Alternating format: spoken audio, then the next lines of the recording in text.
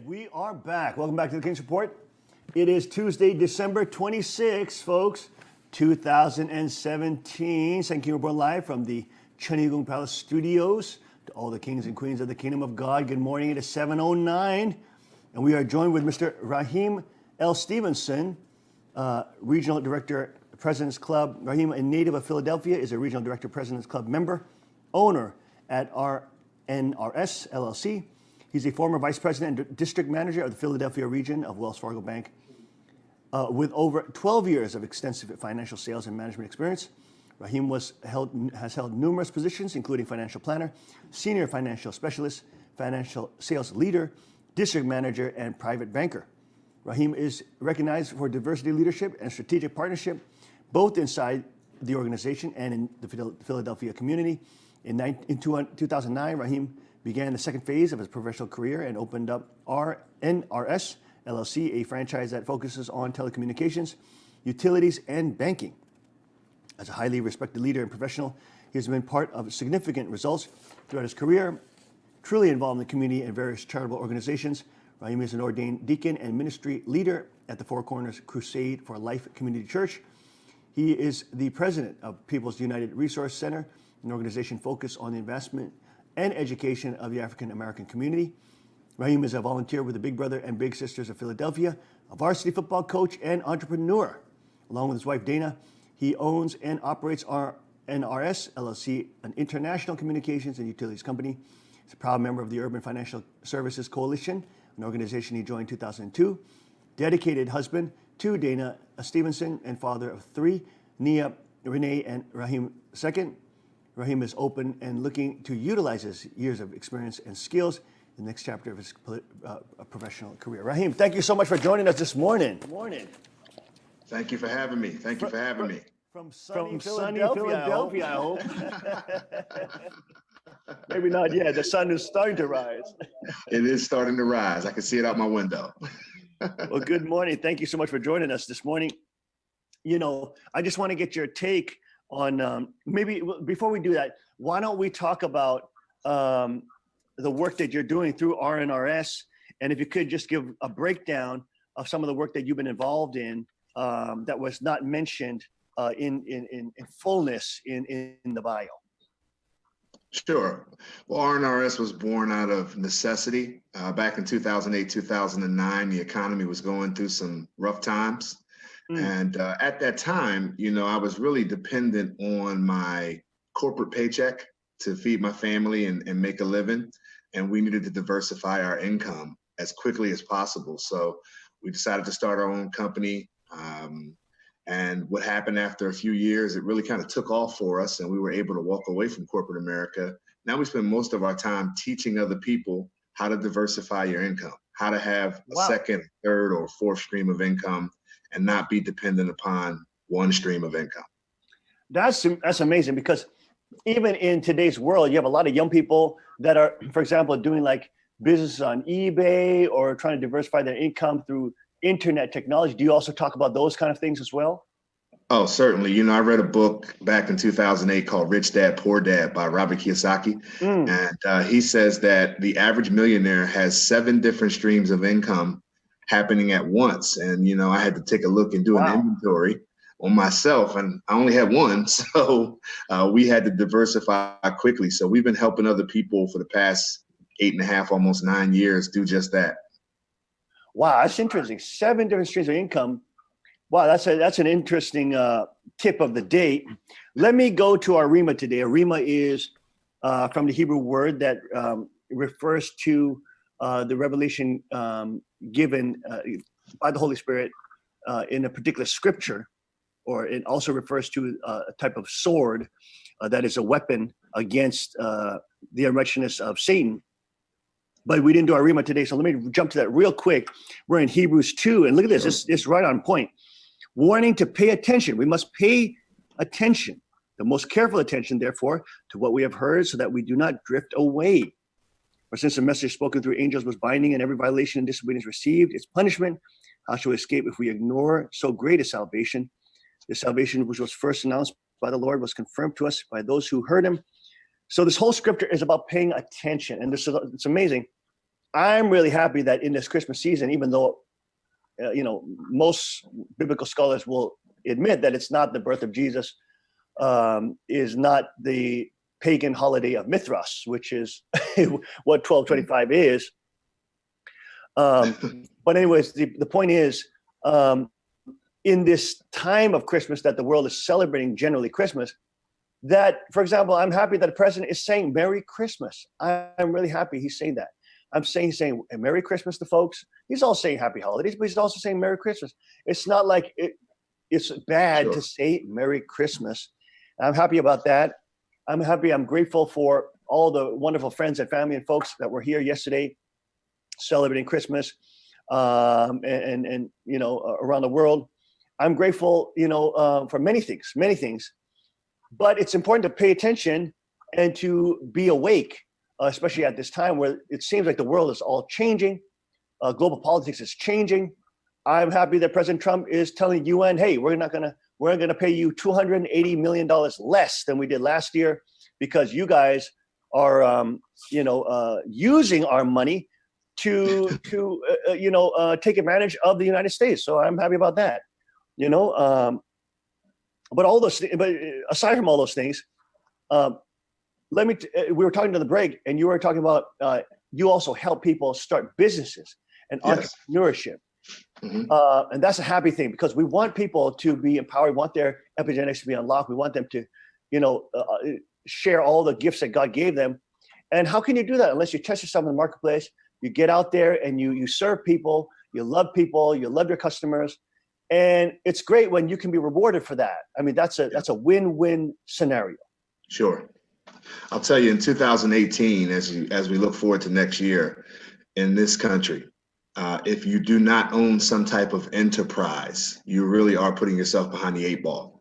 As we look at the new tax laws, as we look at the structure of those laws are for the benefit of those who own businesses. And let's be honest, this is the easiest country in the world to own a business. All you simply need is a social security number and an opportunity, and they're all over the place. You just have to have your eyes open and be willing to take that step forward to do it, and I thank God every day that we took that step back in 2009 because it literally changed our lives. Wow. I mean, that's amazing. We're talking about this because right now, just our own family, we're starting to entertain and start researching the idea of opening up like a little coffee kiosk. We have a very heavy traveled sort of road that goes across a bridge, from New York, New Jersey, and Pennsylvania, all like at one. And it's do it, my friend. You know what I mean? It's like the time. We just feel do it. A small little sir. place. Do it. Yeah. That's amazing. God sent you this morning. Do it, sir. I mean, you really have to. Again, as we look at these new tax structured laws that everybody is a little up in arms about, the benefit inside the tax laws is benefiting people who own businesses, and they always have been. They're just more enhanced as we go forward. So you really got to take a look. The W-2 employee is really set up for long-term failure. I mean, you have to have income coming from a business enterprise. And our company, for instance, ACN, which RNRS is a portion of, allows someone to start a business for very little investment and take immediate advantage of all of the tax benefits. As a matter of fact, this coming Friday here at my home, myself and my wife are bringing our team together with a specialist, a business tax specialist, and he's going to show them how if they made $200 as a self-employed person in 2017, how they're going to be able to write off $6,000 and $7,000 and $8,000 and $9,000 in deductions on their taxes in 2018. Wow, that's amazing. Oh my goodness, this is very important. And I think your expertise is just so valuable here. A lot of young people, and maybe you experience this as well, a lot of young people who want to start their business, et cetera, they may focus on the wrong things. They may focus on a cool looking website. They may focus on a cool looking thing or a marketing strategy only, but they may not be looking at the overhead. They may not looking at, hey, instead of renting, let's make a little trailer kiosk. You know what I mean? Let's get around some of the regulation around bathrooms or sinks and stuff like that and try to get the approval this way. and they may be putting themselves in over their heads, and just focusing on the externals. Can you help young people who are thinking about starting businesses and maybe a little tiny home business and maybe a copy, whatever it is, where they should focus on in terms of numbers, in terms of real practical business application? Well, I'll tell you, an industry that I really believe in is the home-based business industry, because it eliminates a lot of those external expenses, rent, employees, insurances, all of the tax codes that you have to pass to actually open a business outside of the home. Well, you don't have to do that with a home-based business. You simply just need the startup fee, because most home-based businesses are a part of a overall corporation, and they allow you to buy in and be an instant owner. So you have a small business benefit with the backing of a large company, like our company, ACN. I started my business for less than the cost of my cell phone. 9 years ago, we started our business for less than my cell phone cost. The retail value of my cell phone is actually more than the initial investment I started my entire company with. Wow, right? Amazing. Yeah, so oh my goodness. Yeah, if the proper research is done and the proper mentorship, that's important too in business. You have to have, I call it a tour guide mentality, not a travel agent mentality. Oh my goodness. A travel agent will send you somewhere they've never been, which is where most businesses kind of start. You're being taught by someone. Oh, I like that. Travel agent versus tour guide. A tour guide's got to walk. Brilliant. You need to write a best-selling New York Times best-selling book on that. I don't want a tour guide. I'm a travel agent. I want a tour guide. Your guide to millions. That's right. That's right. The tour guide has to hold your hand and they have to walk you through. That's important. Mentorship is probably the most important factor when it comes to being in business for yourself. Oh, I mean, that alone for young people who are listening to this is going to be worth its weight in gold, because many times they think they can do it by themselves. They're taught the Hollywood, and all the propaganda. Oh, you can do everything by yourself. You don't need anybody's help. Is that the way the business world works? Come on, Raheem. There is no such thing as the self-made millionaire. It's a fallacy. It's a farce. I mean, if you look at the successful people, the Mark Zuckerbergs of the world, the Warren Buffetts of the world, they all had mentors. Someone who was able to help them and walk them through, again, a tour guide, someone who had been where they were going and they were willing to take their hand and walk them to the destination, help them get to the destination. So my advice to any young person is, before you even think about starting a business, the first thing you need to do is seek mentorship. Seek mentorship from someone in the area that you're looking to get into who has had success, a documented successful mentor. That is your $1 million tip for today. You understand that, young people? That's a $1 million tip right there. $1 million tip right there. You cannot do it on your own. You have to seek the mentor who's done it.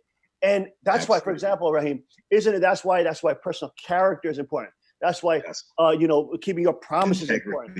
Integrity, your work ethic, all these things come into play. It's not about how fancy your website is or whatever. It's about personal character in the end, for that mentor to say, hey, I may want to train this person. Absolutely. I mean, at the end of the day, the mentor chooses the mentee. And those are the characteristics that the mentor looks for. But then also the supporters, the customers, the end users of whatever it is that's going to be distributed. People buy you, they don't necessarily buy your company or your product.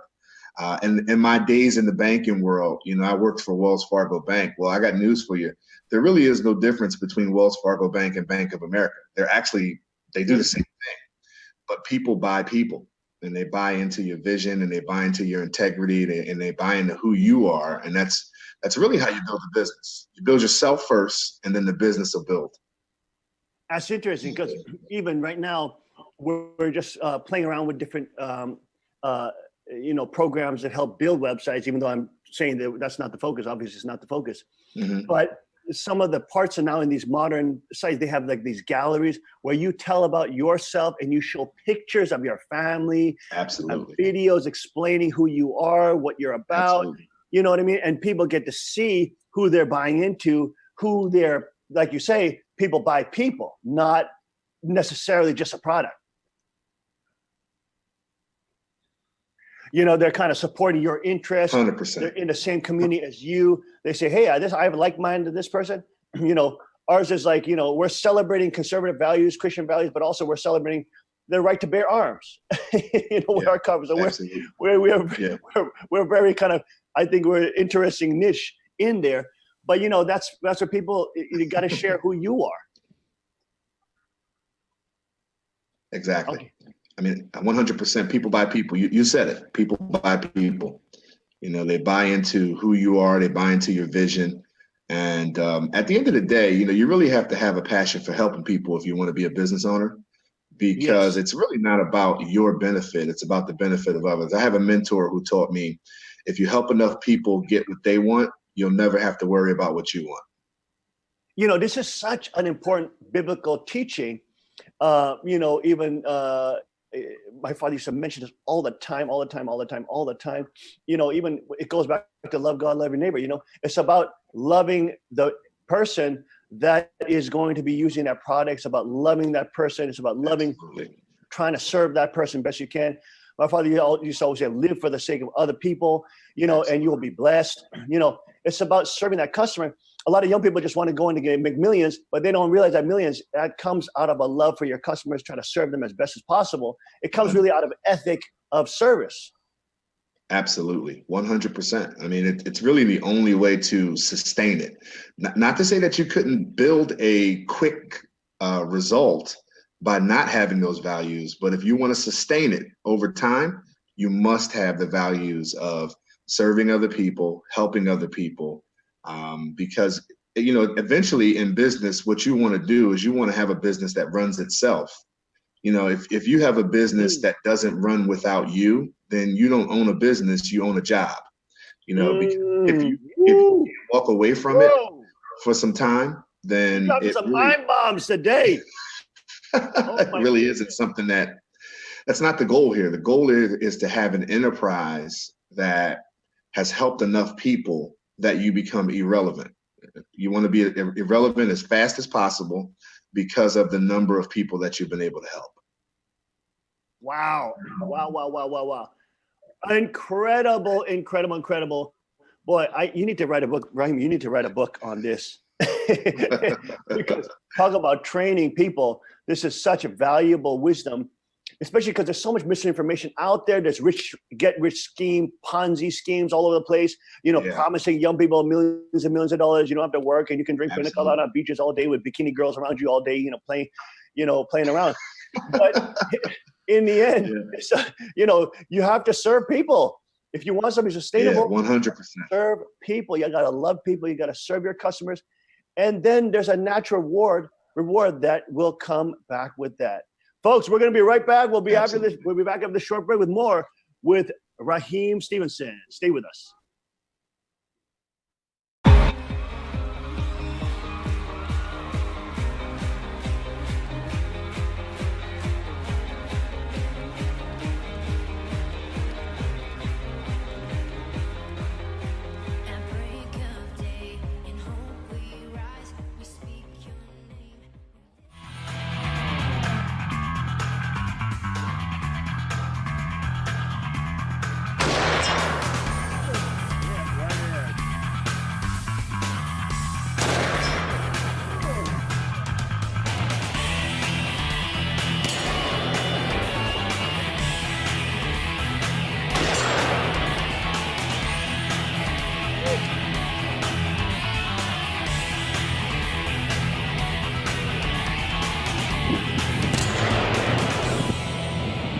Hi there, folks, and look at what I've got here today. My God, take a look at this.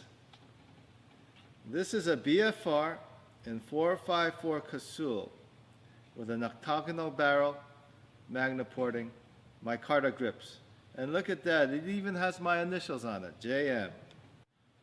Look at that thing of beauty, my God.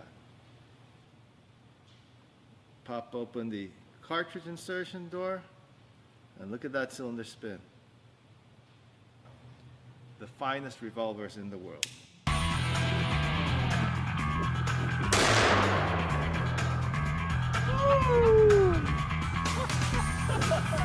That's a cannon. That's a cannon. Oh, man.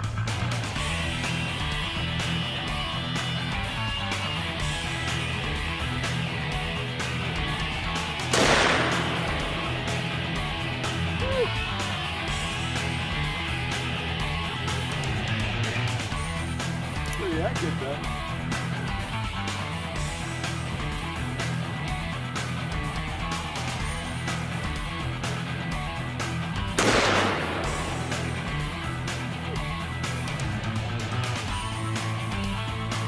Much on target.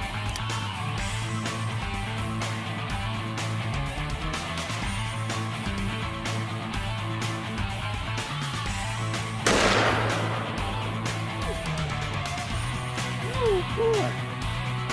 Massive recoil.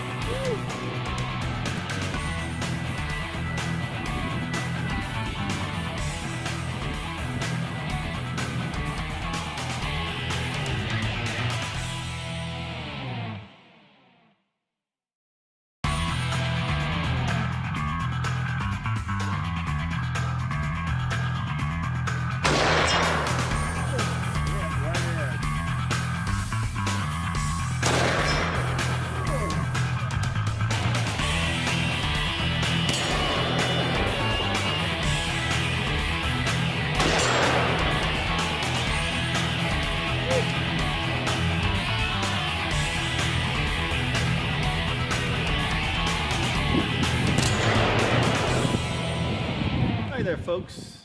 And look at what I've got here today. My God, take a look at this. This is a BFR in 454 Casul with an octagonal barrel, magna porting, micarta grips. And look at that, it even has my initials on it, JM. Look at that thing of beauty, my God. Pop open the cartridge insertion door, and look at that cylinder spin. The finest revolvers in the world.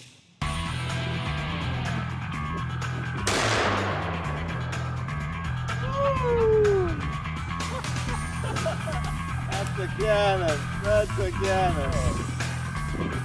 Oh, man.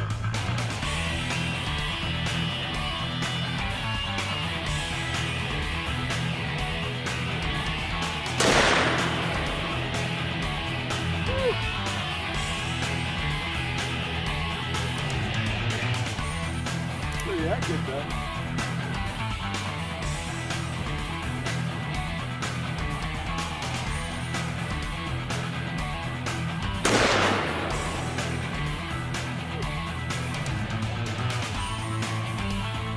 Pretty much on target.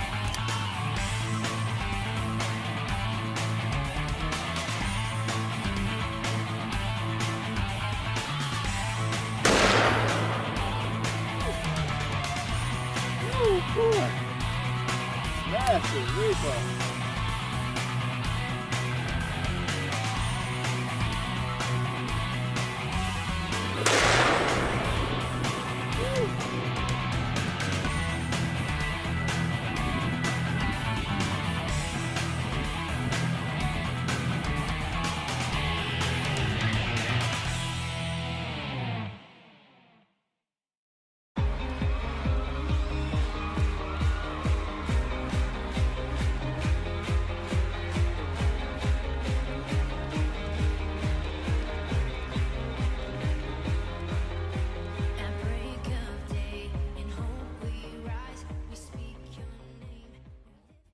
We are back. Welcome back to the King's Report this morning, Tuesday, December 26, 2017. We are here joined with Mr. Raheem Stevenson, breaking down some financial business analysis. And I want to get, Raheem, your view on Bitcoin. But before we do that, let's take a look at this short video by the Health Ranger, Mike Adams.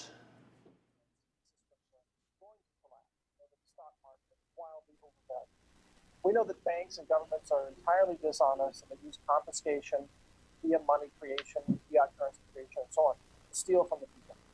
But that doesn't mean that Bitcoin isn't in an irrational bubble. I am pro cryptocurrency. I am pro distributed systems of like the blockchain ledger. I am all in support of returning power to the people, and I love the idea of having a system that cannot be regulated by government, because that means it can't be manipulated by government.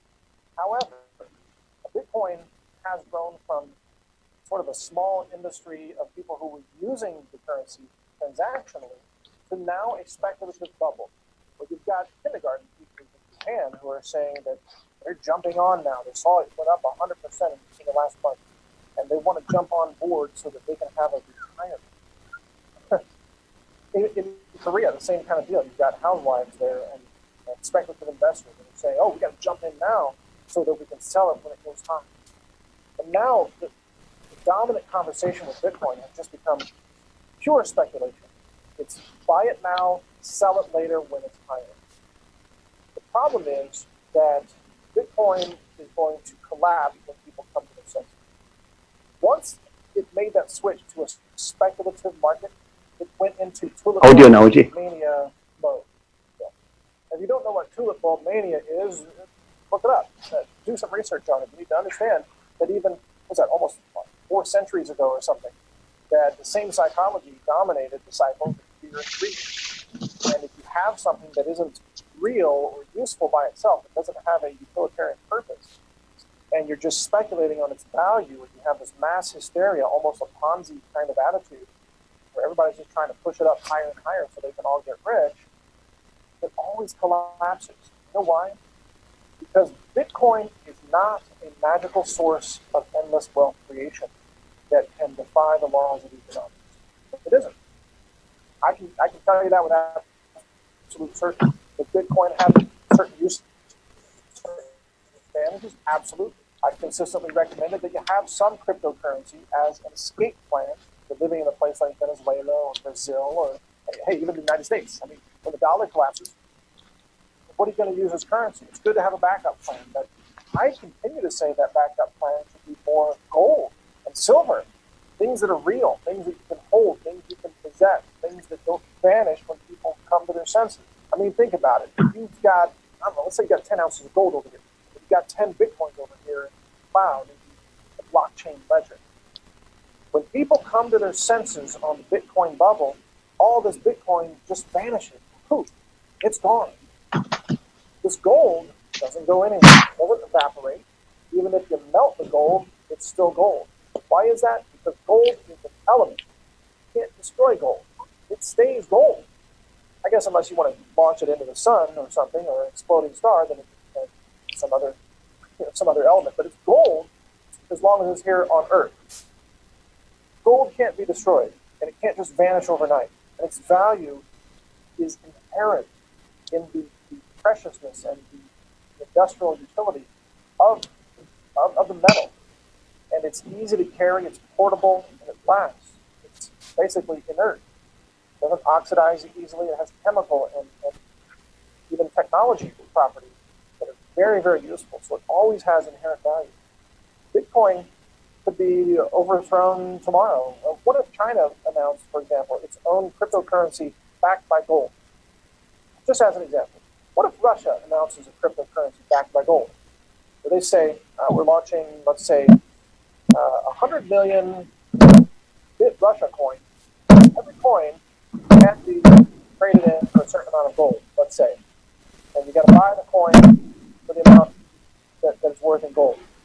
Bitcoin doesn't have anything real that makes it better than some other cryptocurrency that can come along. And some of those may already exist, such as Litecoin or Zcash or others. Bitcoin could be irrelevant and obsolete overnight. And when that happens, people are going to try to sell. Now, here's the thing about Bitcoin. It's easy to buy in. Very difficult to sell in panic. Because to sell it, you have to have somebody else to buy it on the other side. It's not a very liquid market. It's not like buying and selling stock. No regulator. There's no real clearinghouse. It's a distributed ledger, blockchain. That's all it is. So if you sell, and everybody else is trying to sell at the same time, you're going to have a hard time finding buyers without dropping your price rather quickly. And as you're dropping your price, other people are panicking, dropping their price. You're going to have a massive sell-off. It's going to be apocalyptic for Bitcoin holders. It's going to be a crash. It'll drive it towards zero. It's going to be so bad I've even registered a domain name called bitrates.com just to document the coming crash of Bitcoin. I already got that registered. And it's sad to me because I would rather see Bitcoin succeed with slow, steady growth. I would rather it be rational. I would rather Bitcoin be limited to people who understand cryptocurrency, who are using the currency transactionally, and giving it a utilitarian property. Instead, you have speculators jumping. Ponzi schemes over in Asia now, like multi-level marketing schemes where you buy in, you pay a bunch of money, and you get some Bitcoin, and then you recruit other people. They buy in, you get some of their Bitcoin, and so on. It's literally network marketing Bitcoin pyramid scheme. These are running all throughout Asia right now, and that's why people are buying into Bitcoin. When that ends, the fallout is going to be catastrophic. Just catastrophic. And the reason I mention this is because I don't want you to get hurt. Okay, Raheem, I want to get your take on Mike Adams' breakdown and the potential for exploitation, especially with these Ponzi schemes now being created. Well, I'll tell you, he made a lot of great points. First of all, I totally believe in the industry of network marketing. Okay, as a matter of fact, portion of what R&RS does is network marketing. But just like any industry, there are good companies, there are bad companies. At the end of the day, to have a legitimate network marketing company, here's really the rule that I live by. Is there a product or a service that an end user needs, uses, and wants? Is there an end product? Is there a product that an end user, a customer, someone who does not have to join a company, someone who does not have to buy in, someone who does not have to become a part of the industry? Is there something that they can buy, that they need, that they want, and that they use?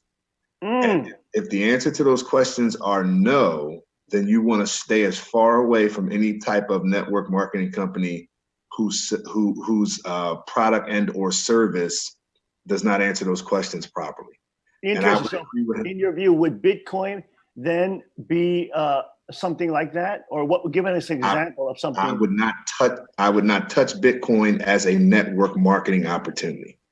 Now, if you wanted to invest in Bitcoin, here's my, I was taught early on in the financial industry, you invest money that you can afford to lose.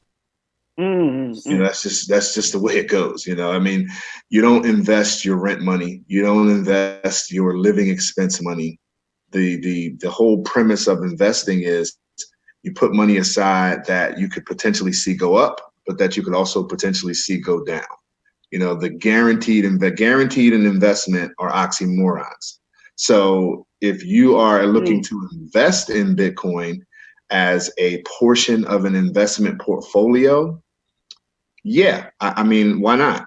Right? I mean, you can't argue with the numbers. It's going up tremendously over the past few weeks and months, but I would not have 100% of my investment portfolio in Bitcoin. All right. I would have it as a portion of the pie.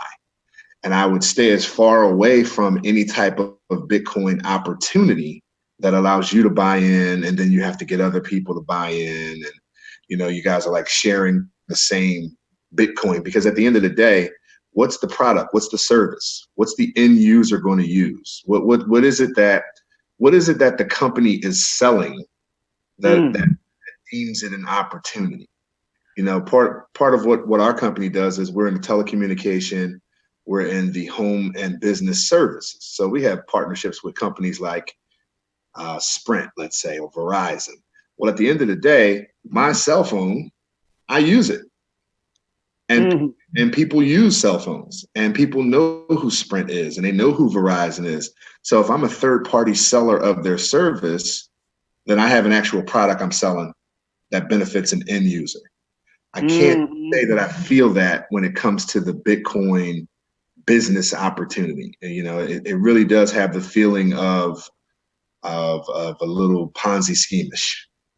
Oh, it was interesting because I think in another video that he was breaking this down, he was making a point that they have the blockchain, I guess what they call blockchain network that they have. Anyways, that's what they claim is backing the value of the coin. And so if that's the case, then it has to be a very stable network. But they've had to update the network, which proves that it's unstable and that it had to be changed. And so this is not as stable as people thought. It's definitely not as stable as gold or something like that. Can you talk? Yeah, absolutely not. Just very simply, just for the person who may be just starting to tackle some of these issues. Number one, you use the word network marketing. What would that be? Number two, just even just break it down for us. How are these bubbles created? Why are they connected to rational thinking or irrational thinking? Okay. Well, I'll tell you, there's a clear distinction between a legitimate network marketing / direct sales company versus you hear Ponzi scheme, you hear MLM scheme.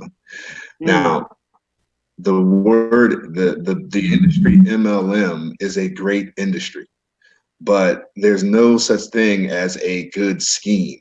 If that makes sense, right?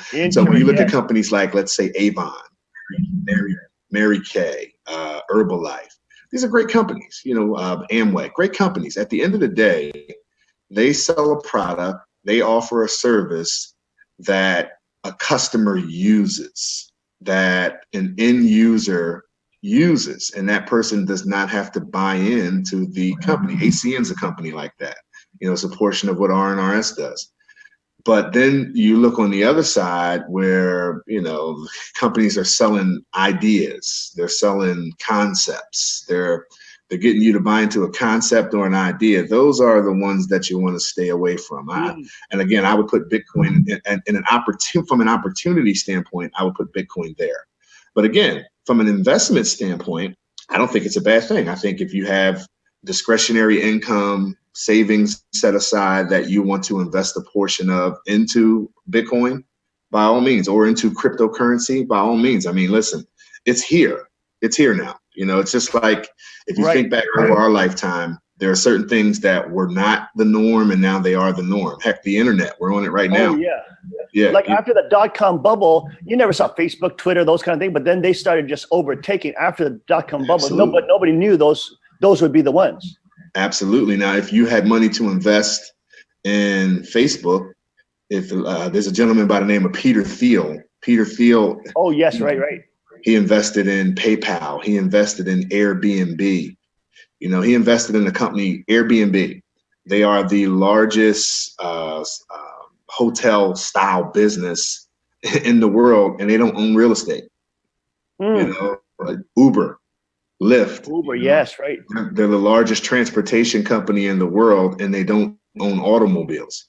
So, I mean, listen, investments are opportunities that some people take advantage of and some people don't. So Bitcoin could fit into that. But again, as far as the opportunity, the business standpoint, I would stay away from it as a business opportunity. But as an investment, I would not. By all means, if you have some extra thousands of dollars laying around, take a shot. I mean, if you can afford to lose it, take a shot. Don't put your nest egg, right? Don't invest your children's education fund in it. but if you have discretionary investment income, why not? I mean, now here's the thing too. It is now going through the process of legislation.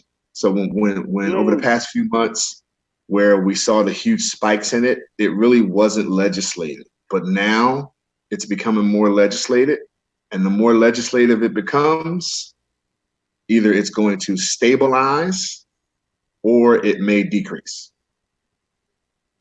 Interesting, fascinating.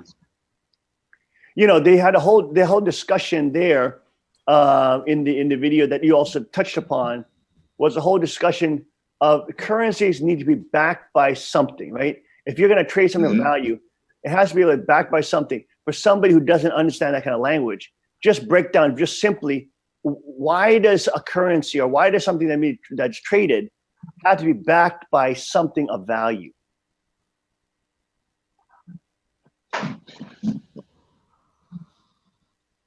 Well, I mean, if you go back to the biblical days, right, where bartering was really the currency. You know, I'll trade you 10 sheep for 2 cows. You know, these are actual assets that can be utilized. These are actually assets that can be touched. You know, you could see them, you could feel them, you could use them. And that really is the essence of currency. You know, you have to it has to be backed by something, unless it's almost like a he said she said scenario. You know, I say it's worth X, you say it's worth Y. Well, what is the value behind it that stabilizes it, that validates it? And that's really kind of what I believe he was saying here. You know, it has to be. And I love the example that he used of gold. I mean, you can touch Right. gold. Gold is here. Gold is in the earth. Gold is something that you can put your hands on. And therefore it has value because you can put your hands on it. Whereas something that doesn't have a backing, you know, who at the end of the day, who's determining the value? Or Right. I what's mean, it's the value? interesting because like the fiat money, after they started printing the money and saying that this or that dollar is worth, this much because we have, by money, by paper.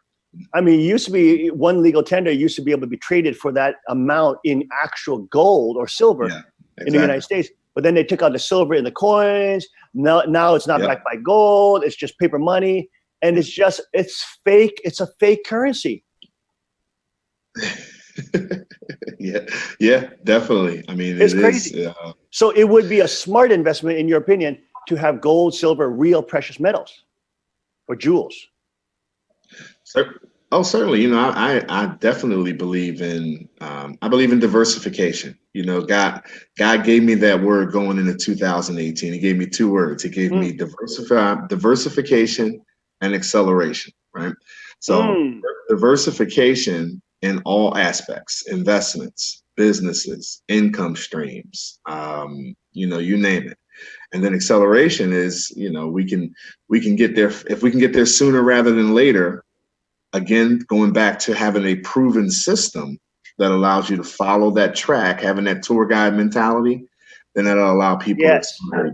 But as far as diversification goes, certainly. I mean, I would have a little bit of everything that you can afford. And then here's the other thing I would say too: seek advice too in investments. You know, get someone documented to have had success in that industry, in that world, and take advice from them. You know, when I was in that world full time, we would make jokes around how people got advice from the water coolers on investment. You know, you're at your job and, you know, you and your coworkers, you guys are in the same situation and you're giving each other advice on what to invest on and what not to invest on.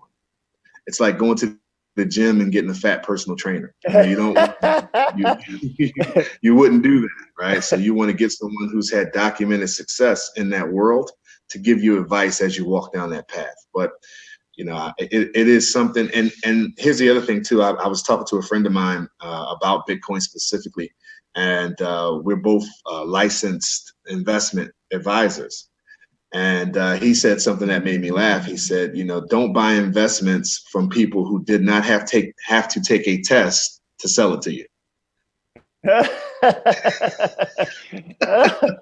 Well, you mentioned one really important point. You said diversification, and usually when we hear diversify, you're talking about, we usually hear it in diversify your portfolio or just your investments. But Yeah. you're bringing the next level. You're saying diversify your businesses, your incomes. You have to. You're waking people up to say, hey, you can't just have one income. That's not that part of the world. It's not that time in that era anymore. We have to be able to diversify our businesses and our incomes. You have to. You have to diversify your income. Again, getting back to that book, Rich Dad, Poor Dad, I would recommend everybody read it. Great book by Robert Kiyosaki. He says the average millionaire has 7 streams, 7 existing and current streams of income, because when one goes up, one can go down. When 2 go up, 2 can go down. You need to have multiple streams of income in your portfolio because, you know, that's just kind of where we are. In the world we live in today, you have to have more than one thing going on, because the days of working for one company for 30, 40 years, getting a gold watch, retiring on a pension, you know, those days are over. It's over. And we don't know if Bitcoin is going to be the one. It's probably not going to be the one in terms of a bubble. but we know cryptocurrency is here and it's not going to go away. It's interesting because a lot of people also, there's a myth that you have to only be in an industry that you have complete control over. I saw that myth completely shattered. You know, my brother operated a big business group out in Asia, control of billions of dollars of assets. And he was in charge of, ski resorts and hotels and ginseng energy drink companies. I mean, they were so diverse, but he knew how to run them because he understood organization management. He understood business. He has a track record of business. He's in firearms as well. So it's like hugely diverse, but he was able to make money from all of them. Yeah. For the businesses. Yeah. That is, that's the way to go. That is the way to survive in the modern world of business is diversification. I mean, you have to diversify. Oh, that's such an important point because a lot of young people may feel that, I have to only do this one thing. But of course, you need to gain some mastery under a mentor. But that doesn't mean you're limited to just one thing. You may be able to diversify your business and income streams so that you're in a multitude of different industries, at the same time. Absolutely. I hear people say all the time as I interact with folks, I don't do things that I can't put 100% into. And I tell them, that is one of the biggest lies that you tell yourself, because most of the things that you do, you don't put 100% into. So allow that to be businesses as well. Allow that to be income as well. You can have more than one thing going on. You should have more than one thing going on so that you can have more stability. I mean, when they taught me mutual funds back in the beginning of my investment career, they taught me that the benefit of a mutual fund is it was like a pane glass window. So if you picture an old pane glass window on an old church, it has a bunch of little sections in it. Well, each of those little sections inside of a mutual fund would represent a company versus a stock. A stock would be one solid pane.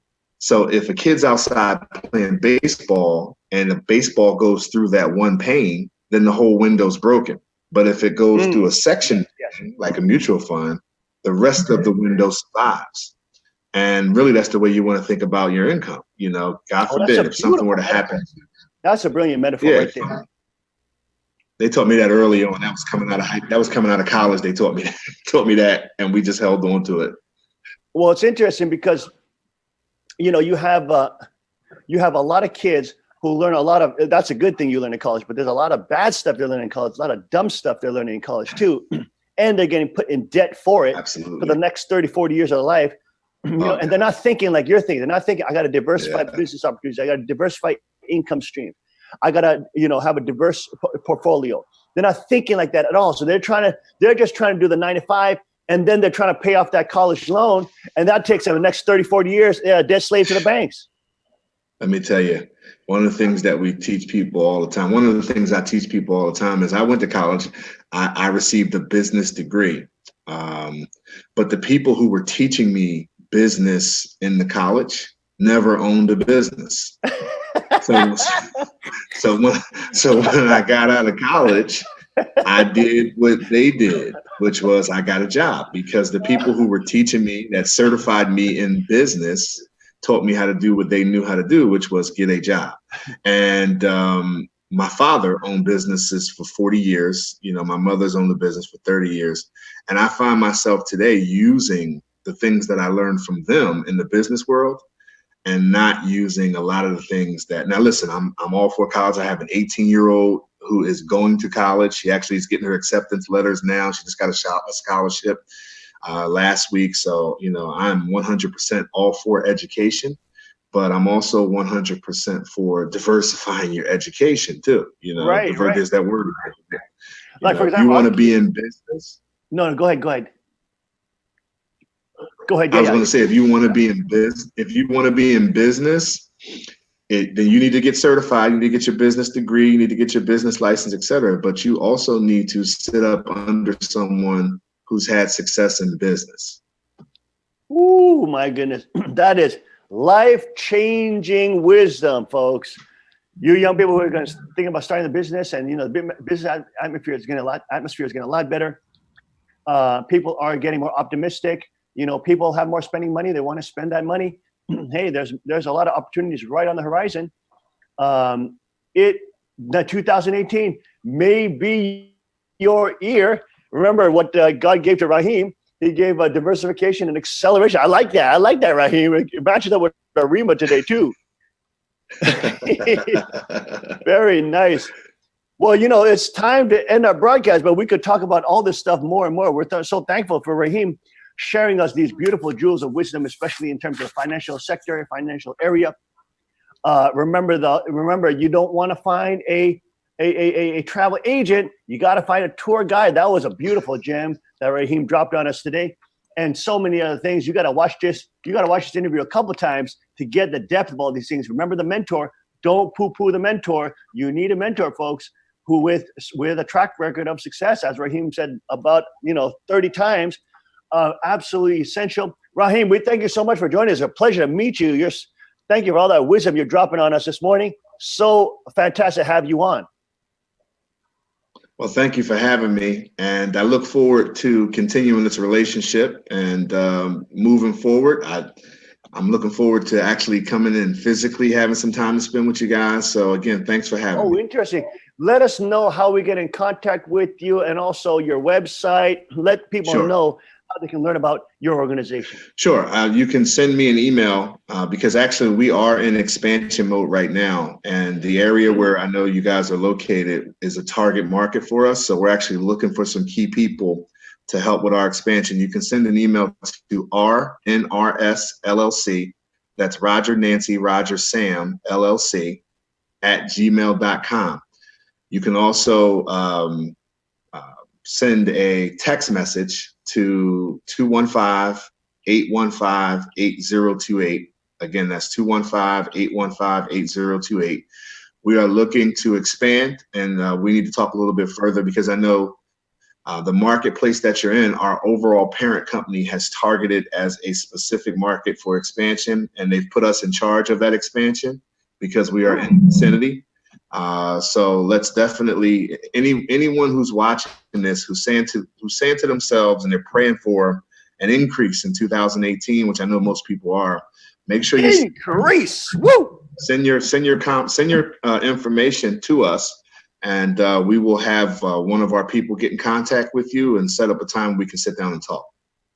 Raheem, thank you so much for joining us. It's been a pleasure. Looking forward to those conversations. And thank you so much once again for all that wisdom you're dropping on us this morning. Thank you, folks, for joining us this morning on the King's Report. We'll see you tomorrow, 5 a.m. sharp on the King's Report. God bless, Godspeed, and may His kingdom come.